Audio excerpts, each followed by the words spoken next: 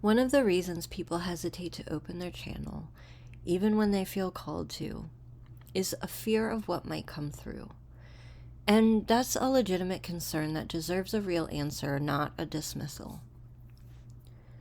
Today we're talking about permission-based practices, the framework that lets you open your channel consciously, safely, and with full agency over what you're inviting in and what you're not. This is how I work and how I teach.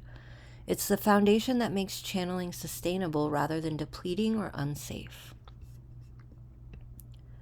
You, as the vessel, set the terms. You explicitly invite what you want, and you explicitly decline what you don't. You are not a passive portal. You are an active, sovereign participant in what moves through you.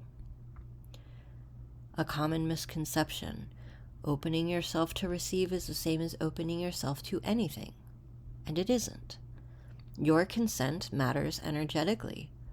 When you set a clear permission structure, consciously deciding what is and isn't allowed, that structure is real. Energy operates by frequency and intention. A clear, firm intention that only what is for your highest good is welcome, and that creates an actual filter. Before any channeling practice, meditation intended to receive guidance, Akashic record sessions, anything where you're deliberately opening yourself to information, I recommend using this 5-step framework. This is what works for me. First, center yourself. Breathe. Feel your feet on the ground. Know where you are in your body. You are the anchor. Second, call in your team. Explicitly name or invoke the beings that you work with and trust, whether that's your higher self, your guides, specific archangels, whoever is your established spirit team. This establishes who is invited. Third, set the filter. State clearly, internally or aloud, I am open to receive only what is in my highest good and the highest good of all involved. Only beings of the highest light and clearest intention are welcome here. Anything that is not welcome. Fourth, open yourself up to fully receive from that established, protected, intentional space.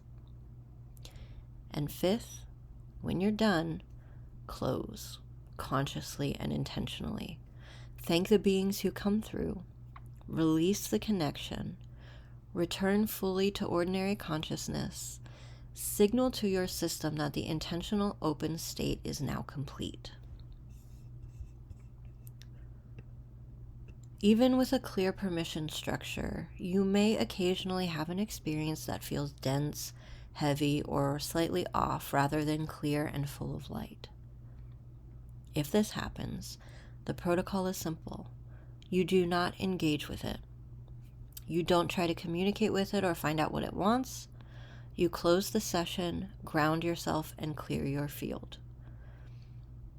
My favorite thing to say when that happens is, I am not willing, and it works every time.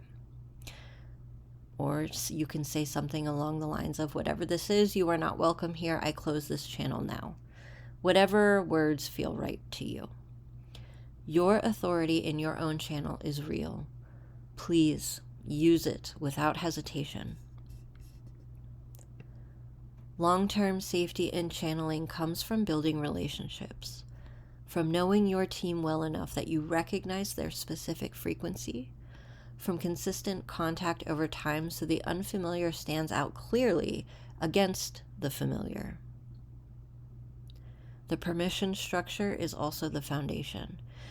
Relationship with your specific team is what makes it feel genuinely safe rather than technically safe. So start there. Build the relationships, learn the signatures, work with the permission structure until it becomes as automatic as locking your door when you leave the house. You are allowed to open on your terms. All right, so let me know in the comments what feels most important to you about approaching channeling safely.